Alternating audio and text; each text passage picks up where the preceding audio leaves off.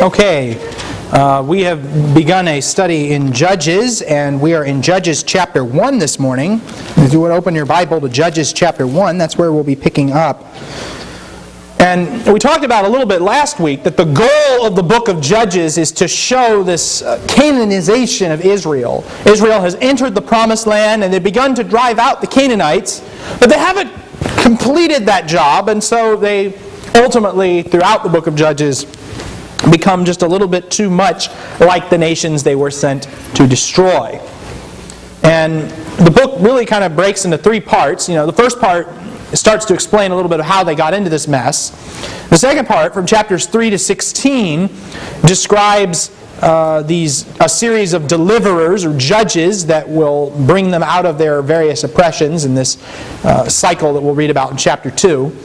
And the final section of the book, 17 through 21, we see several acts of just total atrocity being committed in Israel, designed to show us how bad the situation has truly become. And here in chapter 1, the first chapter is really kind of devoted to this their performance in holy war and some of the consequences of it. Beginning in verse 1, it came about after the death of Joshua that the sons of Israel inquired of the Lord, saying, "Who shall go up first for us against the Canaanites to fight against them?" The Lord said, "Judah shall go up. Behold, I have given the land into his hand." Then Judah said to Simeon his brother, "Come up with me into the territory allotted me, that we may fight against the Canaanites, and I in turn will go with you into the territory allotted you." So Simeon went with him.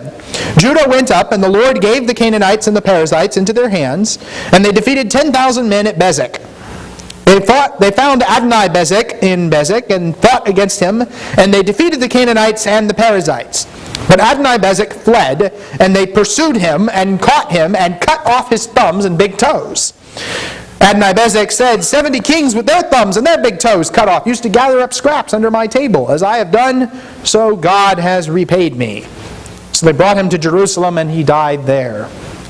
Then the sons of Judah fought against Jerusalem, and captured it, and struck it with the edge of the sword, and set the city on fire. Afterward the sons of Judah went down to fight against the Canaanites living in the hill country, and in the Negev, and in the lowland.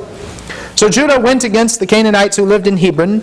Now the name of Hebron formerly was Kiriath Arba. They struck Sheshai, and Ahiman, and Talmai. Then from there he went against the inhabitants of Debir. Now the name of Debir formerly was Kiriath Sepher. And Caleb said, "The one who attacks Kiriath Sepher and captures it, I will even give him my daughter Achsah for a wife." Othniel, the son of Kenaz, Caleb's younger brother, captured it, so he gave him his daughter Achsah for a wife. Then it came about, when she came to him, she persuaded him to ask her father for a field. And she alighted from her donkey, and Caleb said to her, "What do you want?" And she said to him, "Give me a blessing. Since you have given me the land of the Negev, give me also the springs of water." So Caleb gave her the upper springs and the lower springs. The descendants of the Kenite, Moses' father-in-law, went up from the city of palms with the sons of Judah to the wilderness of Judah, which is in the south of Arad, and they went and lived with the people. Then Judah went with Simeon his brother, and they struck the Canaanites living in Zephath, and utterly destroyed it. So the name of the city was called Hormah. Judah took Gaza with its territory, and Ashkelon with its territory, and Ekron with its territory. Now the Lord was with Judah, and they took possession of the hill country, but they could not drive out the inhabitants of the valley, because they had iron chariots. Then they gave Hebron to Caleb, as Moses had promised, and he drove out from there the 3 sons of Anak. I'll stop there for a minute, because most of that's talking about Judah's fortunes. I brought the map out again so we could just kind of have a reference point. This yellow area here at the bottom, that is Judah. They're kind of the southern dominating tribe. This city here, I don't know how well you can see from the back, but this here is Benjamin, this pink area. And Jerusalem is on the border between Judah and Benjamin. And that will be relevant for what we look at in a minute. Now the map puts Simeon in this area here. Strictly speaking, that's probably not right. Simeon didn't have so much its own allotment as it did have a lot of shared cities with Judah.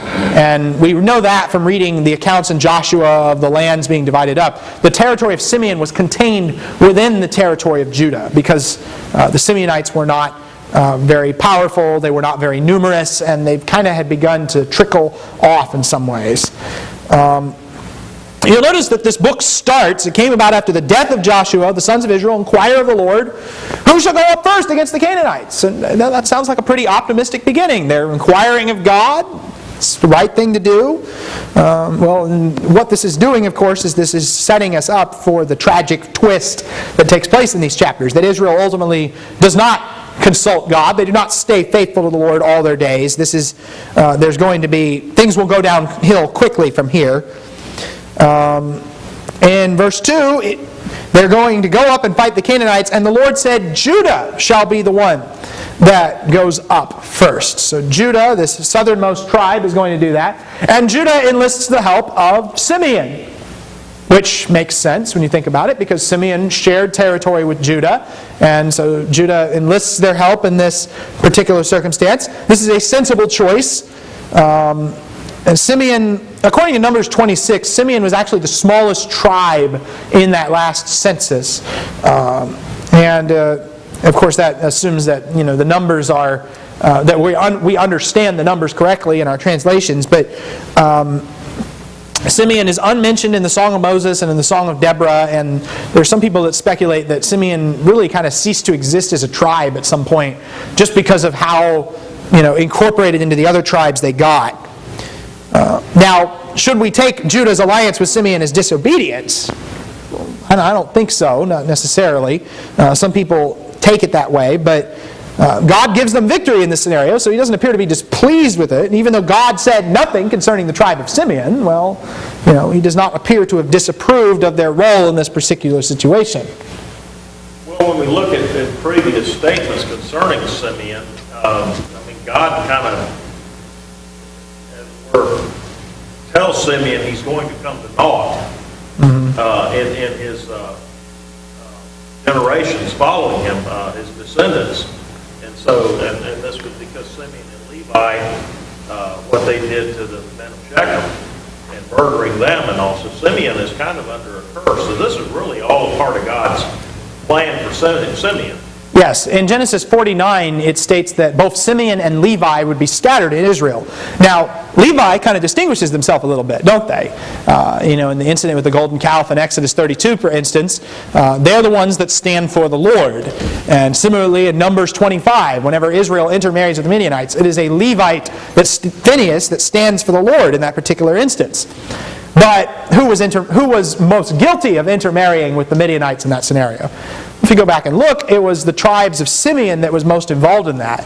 And the reason that their census numbers drop so much in Numbers 26 is probably because they were by and large the victims of the plague that the Lord sent to punish Israel in that particular circumstance. So Levi is scattered in Israel. He's in all these different cities. But Simeon is not, he's scattered in Israel as well, but it's not for a positive.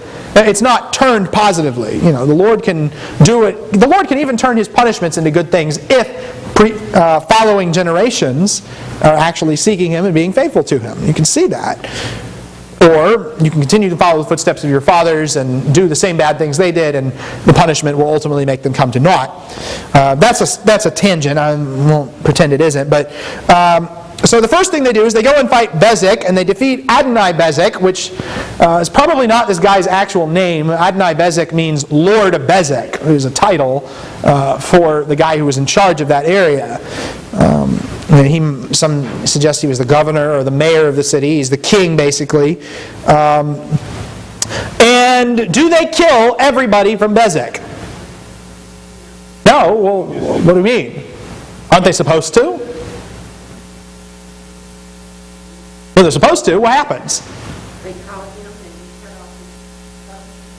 They cut off his thumbs and his big toes. They capture the king alive. That reminds us of many other biblical stories. There's actually, I noticed quite a few parallels between this and Saul's task to destroy the Amalekites, and how he doesn't do what he's told. He captures the king alive instead. Now Adonai-Bezek eventually dies, but it doesn't specify any reason in verse 7. This is probably did he die of old age in Jerusalem? Well, it would suggest, again, kind of hinting at Israel's not really carrying out the instruction to leave no survivor. Now, there is an interesting thing going on here. When they cut off his thumbs and his big toes, what does he say? Well, he says this is totally unjust because all I was a peace-loving person. It's awful of God to command the Israelites to go in and kill all of these peaceful people in Canaan that were just trying to get along. Yes, Don? I think I prefer. I'm reading the Bible here. Does it said 70 kings.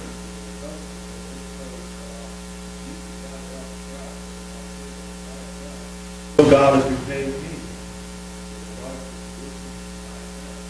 Yes, and Mark was being facetious there a moment ago and saying exactly the opposite of what happened. He does that. But yes, that's the reason for it. This is an example of equal retribution, eye for eye, tooth for tooth. He cut off other people's thumbs and big toes. He is being repaid in the same way. He doesn't use the name of God here.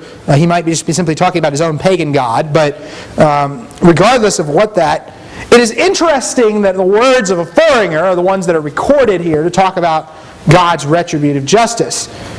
But it's also interesting to me that Israel resorts to Canaanite methods on this guy. Instead of just killing him outright, they do what he does to everybody else.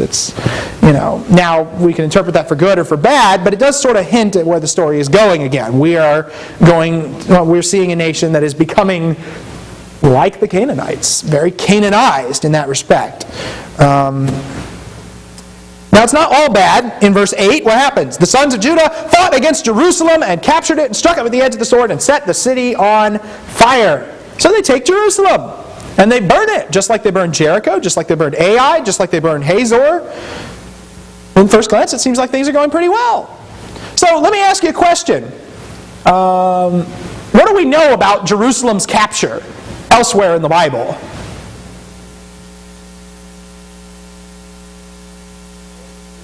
Jebusites had moved back in and taken the city back over, and David had to take it from them. Oh, okay. So we know that Jerusalem was conquered in the time of David, which means that Israel didn't hold on to the city, and that the Jebusites continued to rule over it. And in fact, in this very same chapter, you go down to verse 21. The sons of Benjamin did not drive out the Jebusites who lived in Jerusalem. So the Jebusites have lived with the sons of Benjamin in Jerusalem to this day. Yeah, in Joshua 15, verse 63, Judah did not drive out the Jebusites living in Jerusalem. Jen? Jerusalem gets burned a lot. Yes, it does. Jerusalem is a very old city. It goes back very far. It's had the name Jerusalem for a long time, too. But, the city has been captured and recaptured and destroyed. The Bible is the only ancient source that refers to Jerusalem by an even more older name of Jebus, which reference to the Jebusites that lived there. That's kind of interesting to note in passing. But all of this to say, they burn the city with fire, and verse 8 looks like a good thing on the surface, but you keep reading and you find out that Jerusalem doesn't really stay their permanent possession. And so even their victories are kind of told with a wink, a kind of an ironic tongue-in-cheek. This looks good, but it's really not. The Jebusites are still living in the city. They're not driven out by Judah in Joshua 15:63. And David eventually has to reconquer and retake the city from them in 2 Samuel 5. And all this information suggests that Judah did attack and burn Jerusalem, but for some reason they didn't hold on to it. In verses 9 through 15, we learn about the capture of Hebron and Debir, and we've seen this information before, where Caleb takes the city of Hebron. We saw that in Joshua 14 and 15. And in Debir, almost everything in verses 11 through 15 is lifted directly from Joshua 15. There's a few minor differences, but I won't go into them because they're really that minor. In verse 10, it says that they struck Sheshai, Ahiman, and Talmai. Those three names, have we seen those names anywhere before? This one we kind of look back and check our memory a little bit, but... Huh? Joshua 15? Okay, yeah. And Joshua... I lost my place. Joshua chapter 15 and verse 14, Caleb drove out from there the three sons of Anak, Sheshai, Ahiman, and Talmai, the children of Anak. Actually, you can go back further too, all the way to Numbers chapter 13 in verse 22. These three guys are the reasons they didn't want to invade the land in the first place. In Joshua 13 and verse 22, when the spies are spying out all the different areas, they go up into the Negev, they come to Hebron, where Ahiman, Sheshai, and Talmai, the descendants of Anak, were. And Hebron was built 7 years before Zoan in Egypt. And so what we learn is these guys were alive during the times of the spies.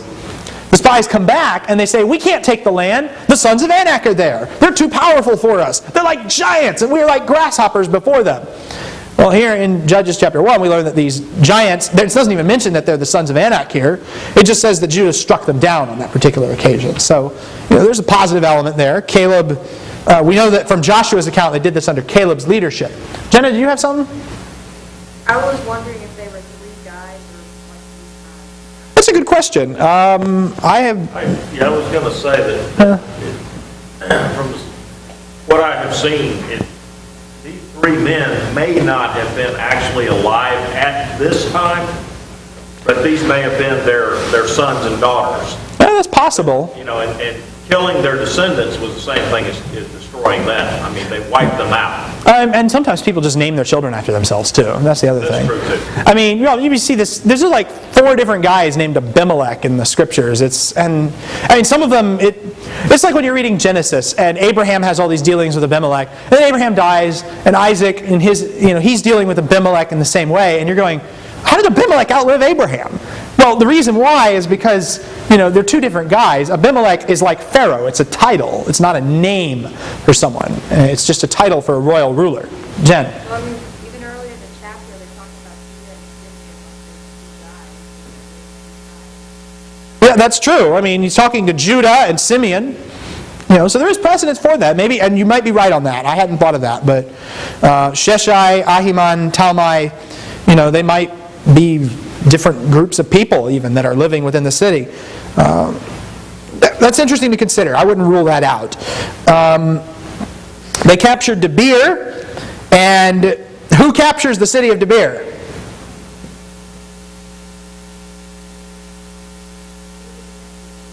Caleb's nephew, who is named Othniel, or Othniel, however you say it. Yeah, which he is the same Othniel who is the first judge in Judges chapter 3. He becomes the deliverer later on. Here Caleb offers his wife to whoever captures the city, similar to how David offers command of his army to whoever captures the city, and it's his nephew that captures the city. Othniel takes the city and he gets Aksha for a wife. It was not considered inappropriate back then for people to marry their cousins, and in some countries it's still not considered inappropriate. So we might wince at that in American society a little bit, but that was the kind of thing they did back then. It was the customary and wouldn't have been considered unusual at all. In verse 16 it mentions the Kenite, Moses' father-in-law. Who are the Kenites?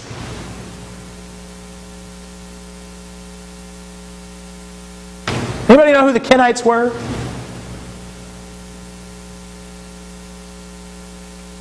Random question. Were they Israelites?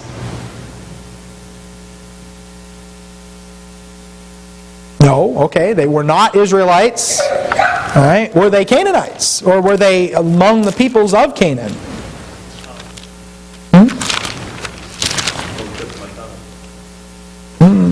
Genesis chapter 15. Genesis chapter 15, beginning in verses 18 through 21. On that day the Lord made a covenant with Abram, saying, to your descendants I will have given this land from the river of Egypt as far as the great river, the river Euphrates, the Kenite, and the Kenizzite, and the Cadmonite, and the Hittite, and the Perizzite, and the Rephaim, and the Amorite, and the Canaanite, and the Girgashite, and the Jebusite. Do you see how the Kenites are actually listed among this group of people that God has going to take the land away from and give to Abraham. Yes, Jen? It says they're descendants of Moses' father. Ah, yes. Okay, so this guy was also Moses' father-in-law. There's a good evidence in the Bible to suggest that the Kenites and the Midianites lived together, actually. They were listed among a group of peoples to be driven out, along with the Kenizzites. Of course, at the same time, we probably need to be careful because the Kenites and Cain also come from the same root. But the Kenites and Midianites are also associated with Amalek. In 1 Samuel 15, we learn that some of the Kenites were living with the Amalekites, and when God told Saul, go destroy the people of Amalek, Saul sends a messenger to the Kenites and saying, you've helped Israel, you get out of there because you don't want to be destroyed too. And so in 1 Samuel 15, in verses 4 through 9. In Numbers chapter 24, Balaam mentions the Kenites in a speech that he's giving. Numbers 24, in verse 21, he looked at the Kenite and took up his discourse and said, your dwelling place is enduring, and your nest is set in the cliff. Nevertheless, Cain will be consumed. How long will Asher keep you captive? All right, so we know that the Kenite, in this instance, is Moses' father-in-law in Judges 1. And they were invited to join them on the journey, if you'll remember. Jethro, Moses' father-in-law has a couple of different names in Scripture. He's called Jethro, but he's also called Hobab. And the names they never really appear in the same place, but it's the same guy with two different names. But in Exodus 18, Jethro declares that Yahweh is God. He basically converts to God and worships Him. He's no longer serving in the pagan religions of the Midianites. In Numbers chapter 10, we learn that Moses asks him to be a kind of a guide along the way in the wilderness, and so he agrees to do that for them. And here what we see now is that he and his descendants are dwelling with Israel in the Promised Land. They go up from the city of palms, that's another name for Jericho, with the sons of Judah, and they go and live in the south region, in Arad. And they live among the people of Israel. Which, it tells us a couple of things. It tells us, number one, that this whole thing about foreign alliances, that God prohibited foreign alliances in Israel, it wasn't a race thing, it was a religion thing. That's something we got to remember. A foreigner that decided to convert to Yahweh was automatically accepted. I can point to Rahab. Why is she among the inhabitants of Jericho spared? Because she confesses Yahweh to be God. We could point to Ruth. Moabites weren't allowed in the assembly, and yet Ruth, she converts to the Lord. Your God shall be my God. Your people shall be my people. She proselytizes into Israel, and so she becomes part of that people. The reason Israel was prohibited from making foreign alliances was because God told them, the explicit reason given is because their gods will be a snare to you. They will drag you off and away from me. But a foreigner that decided to convert to Yahweh is to be accepted because they were forsaking their pagan idolatry. And what's interesting to me, though, is that this rule is never actually explicitly stated. It's just assumed. You got to find it. You have to infer it from reading all these different texts and all these different examples. Ruth the Moabitess, Uriah the Hittite, etc., etc. These different foreign people, are in the midst of Israel and they serve Israel. You'll notice David has a Philistine commander actually in one of the battles in 2 Samuel. Ittai the Gittite. He's from Gath, but nevertheless, he's accepted because he serves the Lord and he serves David and all these other things. So, now what else is interesting is where else...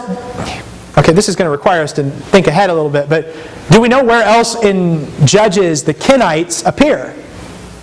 Yes? Judges chapter 4, it was the wife of Heber, the Kenite Jael, who drove the tent peg into Sisera. So the Kenites actually become instrumental, or specifically one of the Kenite women becomes instrumental in winning a battle against Sisera. It is Jael, the wife of the Kenite, who drives a tent spike into Sisera's head in Judges chapter 4. And so that's kind of an interesting point too. It's not just that he was delivered into the hand of the woman, he was delivered into the hand of a Gentile woman. Kind of interesting. Verses 17 and 18 mention some more Judean conquests, Zephath and Gaza, Ashkelon, Ekron, etc. In verses 19 and 20, we have an interesting little contradiction of terms here. The Lord was with Judah, usually a good thing, right? They took possession of the hill country, but they could not drive out the inhabitants of the valley because they had iron chariots. Well, wait a second. Yahweh was with Judah, but they couldn't beat the iron chariots? Was God too weak to help Israel? Was the conquest subverted by iron chariots? What happened here?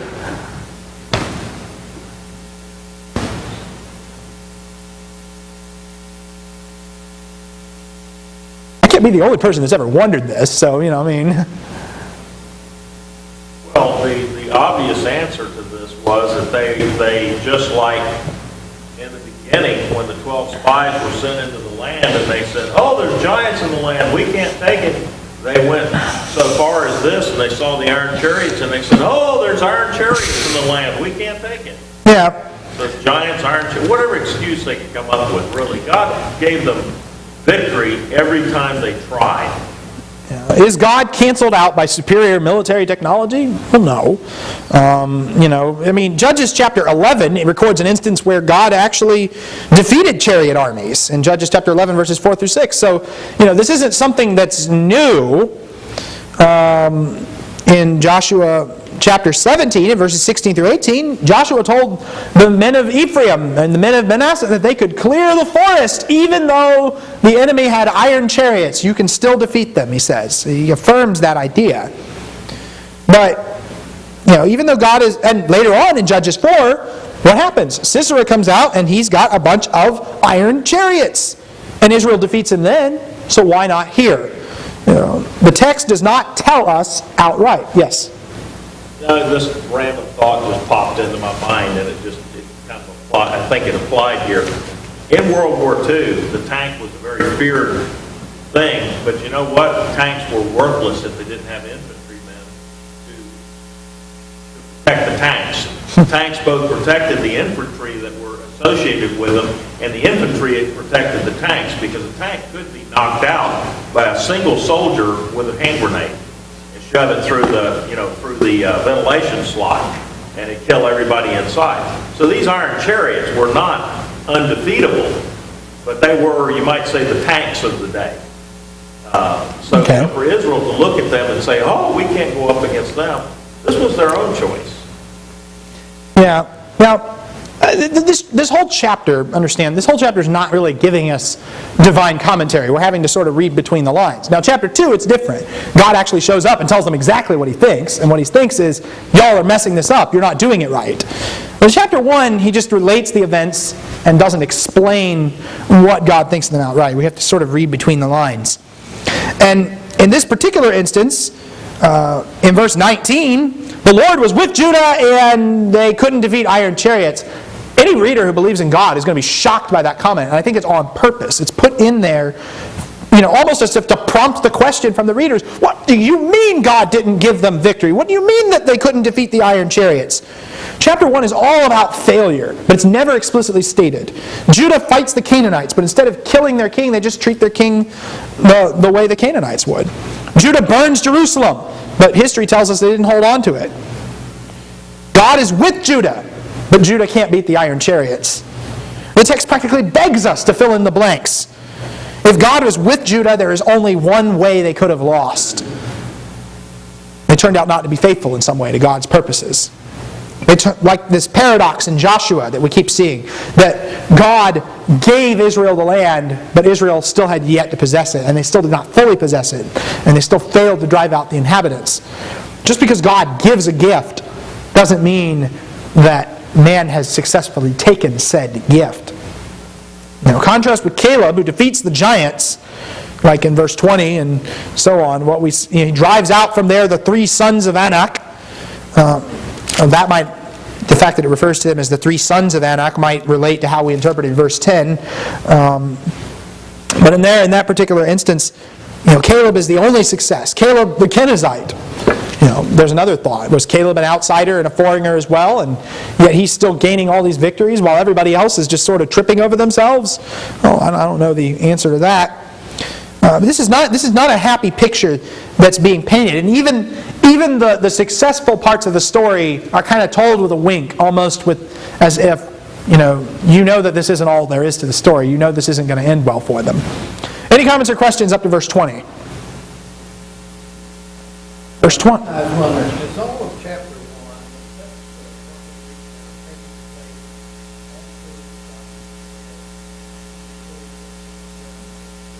1, The chronology is a little difficult to work with because, in verse 1 it says after Joshua died, this happened. But then you get in chapter 2 and Joshua dies. And you're kind of wondering, okay, what's going on here?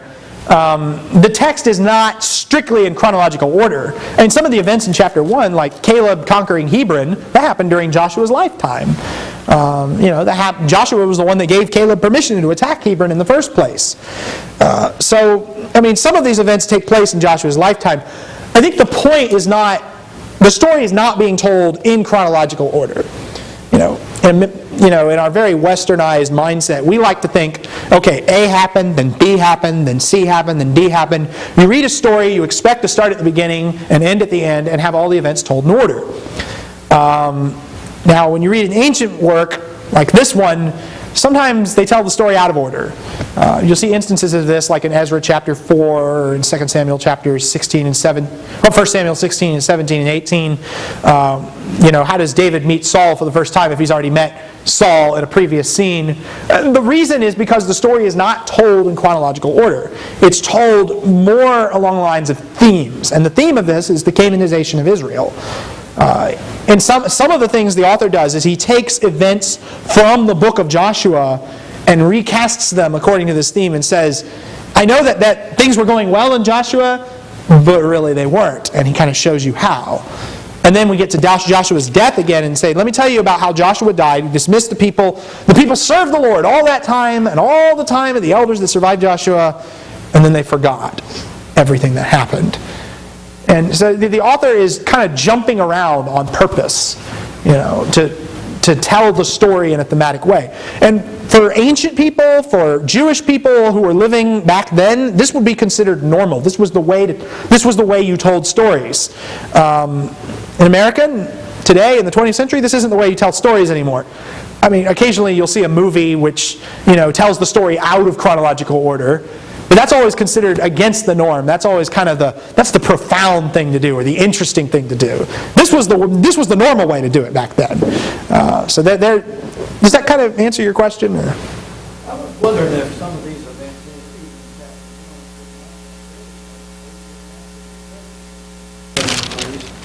in Yeah. maybe they tell the story here in chapter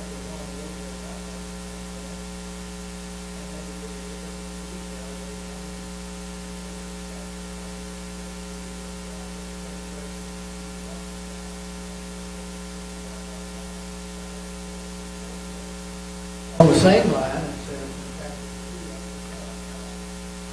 2, sort of gave up on them, and then moved down.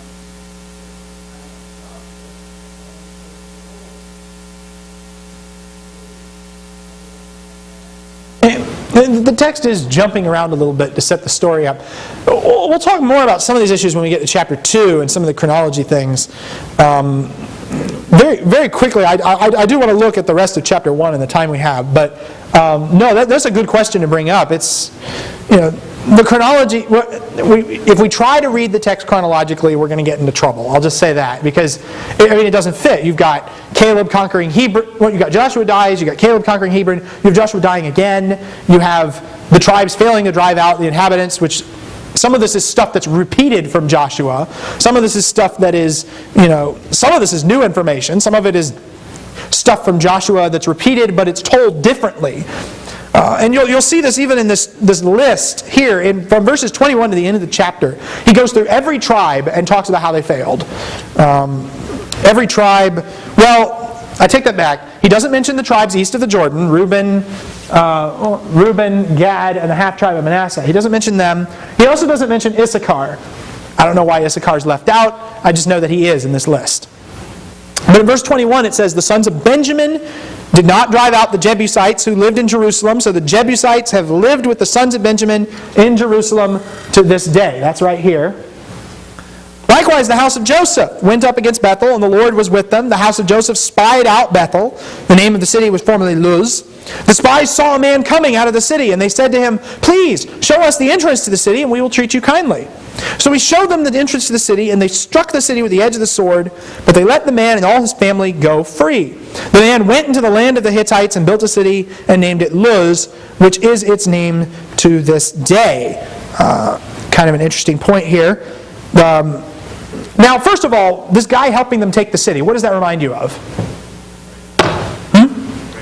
Rahab, right? Yeah.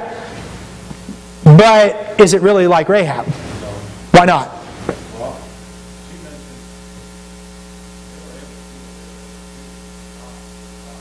mentioned there's no mention of that here. Right? She joins them, but this guy left off. Yeah, he builds his own city, and what does he call it? Which was the name of the city he just left. So basically, we have kind of the anti-Rahab almost. Rahab helped the spies. The Ephraimites enlist the aid of one of the locals. The local escapes with his family and builds a new Canaanite city. So the Canaanite city here ultimately isn't so much destroyed as it is relocated. There's no mention of his conversion to Yahweh, unlike Rahab. And the people make a covenant with him, even though he doesn't convert. Instead of destroying a Canaanite city, they just merely transplant it. It's to say we took it, basically. All right, so that's not that part's kind of told with a wink as well. But, and we keep reading about Joseph.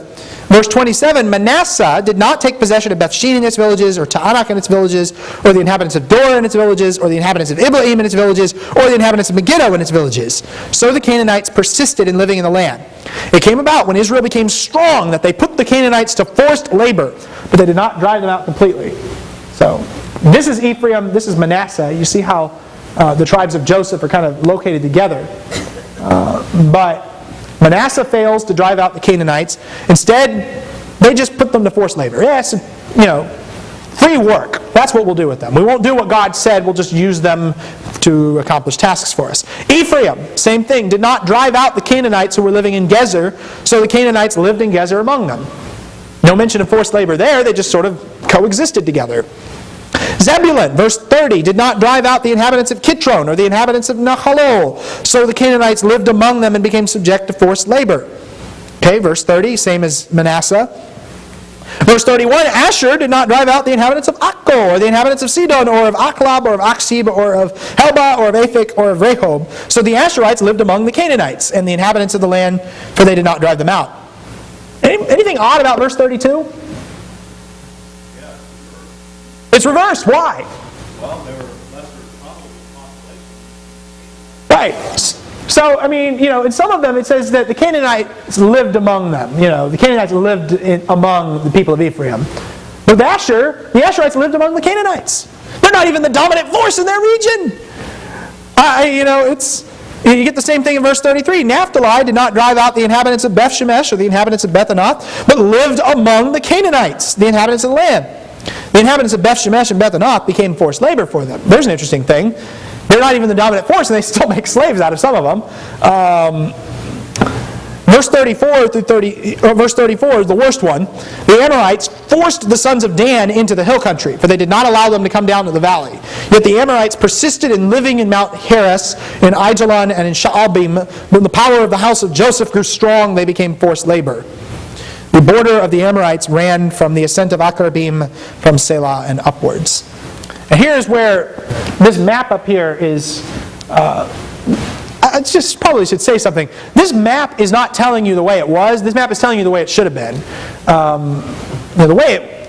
This never actually happened because Dan, right here, never actually possessed their territory. The Canaanites actually drive them out. You know where Dan winds up? Way up north. Way up here. This city right here is Dan. Dan goes all the way up north because they're driven out by the Canaanites. That story will be told in more detail in Judges 17 and 18.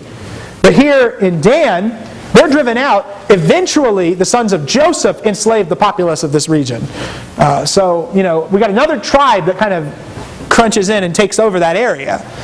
Now, just a couple of things real quick because we're almost out of time. Now, the order of the tribes listed here roughly follows the order of the judges. Starts with Judah, Othniel, Benjamin, Ehud, Ephraim, Deborah, Manasseh, Gideon. Jephthah doesn't actually fit into this scheme. But the last one listed is Dan, and Samson was the judge from Dan. Now, when we read the Samson story, the locations, the place names there are still fitting with a southern location. So it appears that, and the fact that Dan has run-ins with Judah suggests he's actually living in this area where the Philistines were dominant. At some point that all changes. And again, chronology is difficult because the book likes to jump around a lot. But just keep that in mind as we go. Now, in chapter 2, we're going to see what God thought of this whole thing. Now, you can already probably guess based on what God has told them, but God comes out and makes it explicit. You haven't done what I told you to. Now, there's going to be some retribution. There's going to be some difficulty. There's going to be some problems because you did not complete your task. Any comments before we close? That is Judges chapter 1. Keep reading, and I encourage you again to read through Judges as much as possible while we're studying this, just to kind of help reinforce what we're doing. Really, that should be primary.